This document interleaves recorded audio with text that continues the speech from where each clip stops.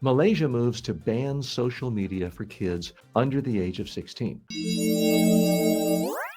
Malaysia is set to become the latest country to crack down on children's access to social media. According to the Associated Press, the government has approved a plan to ban accounts anyone under 16 in the year 2026. Platforms may be required to verify users' ages through national ID cards or passports as part of a broader effort to cut down on cyberbullying, scams, and online exploitation. Other countries are moving in the same direction. Australia's nationwide ban for under 16s takes effect in December with enormous penalties for platforms that break the rules. Denmark and Norway are both advancing similar laws. All of this is happening as researchers warn that smartphones and social media are fundamentally altering childhood. Jonathan Haidt, author of The Anxious Generation, describes the shift from play-based childhoods, phone-based childhoods, and links it to rising rates of anxiety, depression, and self-harm. Malaysia's move shows that governments are now acting on these warnings, not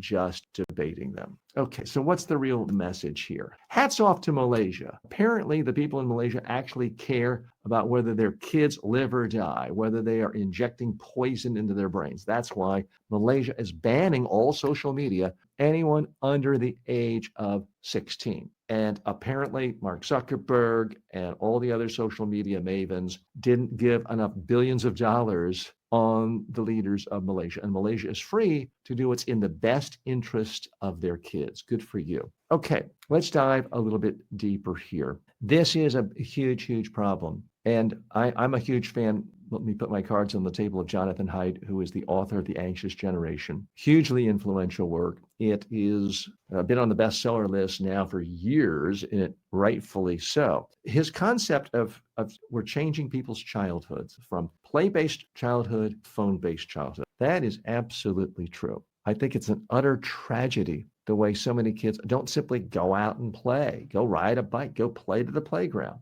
And we're seeing an entire generation of kids who sit at home staring at their cell phones. Meanwhile, mom and dad are often patting themselves on the back. Oh, I'm such a protective parent. Oh, I wouldn't dare let my child walk 2 blocks to the grocery store, to the convenience store to get milk. Oh, that would be too dangerous. It's absolutely nonsense. As Jonathan Haidt has pointed out, going on the streets virtually anywhere in America is dramatically safer than it was 20, 30, 40 years ago. Violent crime against children on the streets is at an all-time low. Yet meanwhile, we are pumping our kids with filth, with nonsense, with greed, with envy, to the point where they are going, these aren't his terms, he's a trained psychologist, my term, they're going crazy. Let's look at some more of the facts here of what's going on. Girls are hit the hardest, according to the most recent research. 24/7 cyberbullying,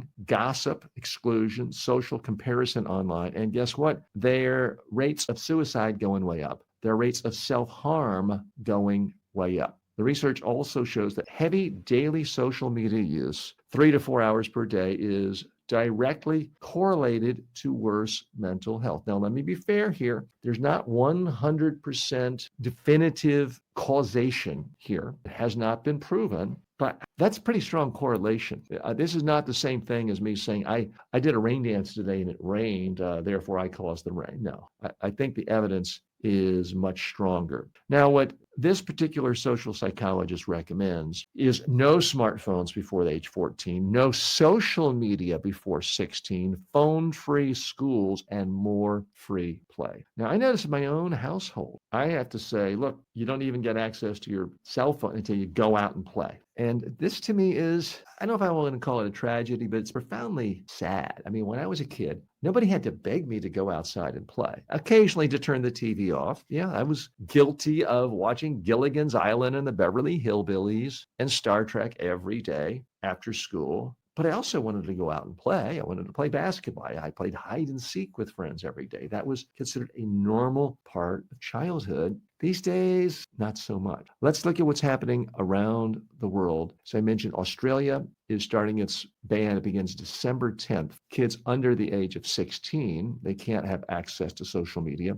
Denmark, Norway are moving to age 15 or 16. And there's now enforcement demanding that kids have some kind of proof, or that anyone has proof with ID cards, passports. Because here in the United States, there are a number of politicians who talk about it, but they're instantly written off as, oh, well, they're anti-technology. They're part of the radical left. They want to put rules on the private sector. We hear that time and time again. And yet, last time I checked, Australia was not some communistic Fidel Castro Cuba hellhole. Australia is a pretty nice economy, pretty nice society there. Lots of nice stuff in Australia. They somehow have figured out a way to put some constraints on big tech companies without the whole country becoming, 1968 Soviet Russia. They somehow did it. So I do want to warn you on the messaging here. One of the things that's happening in the United States is the corporate oligarchs in technology, the Mark Bezos,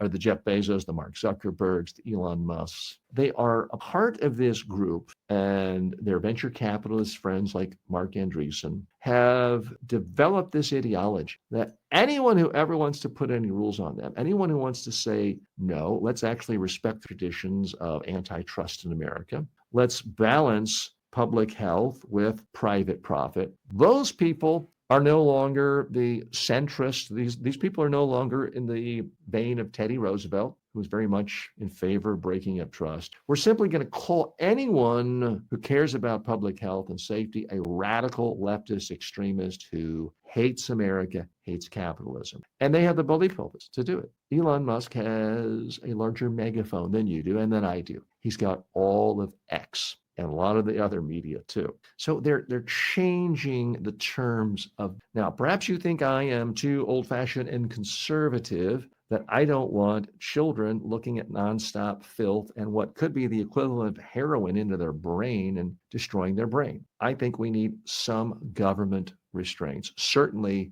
age gating for social media is something that could easily happen without there being any harms to capitalism or our democracy. We already do it with alcohol. What is your evidence that a 12-year-old drinking half a beer is more dangerous than a 12-year-old who spends 4 hours a day playing video games and on social media and in some sort of chat room where there's 25-year-olds? What is your evidence? I would suggest you have none. Now, I'm not advocating that 12-year-olds start drinking half a beer or a full beer either. My point is simply, we already age gate certain access to certain things in our society. Age gate driving. You may be a smart, competent, talented, thoughtful 13-year-old who's already physically mature. We don't let you drive because on balance, 13-year-olds driving cars down the highway would be a horrible idea. We can kind of buy into that. We already age gate buying alcohol. You got to be 21 in most cases to buy it. What is your evidence that alcohol is less destructive than the kind of nonsense, bullying,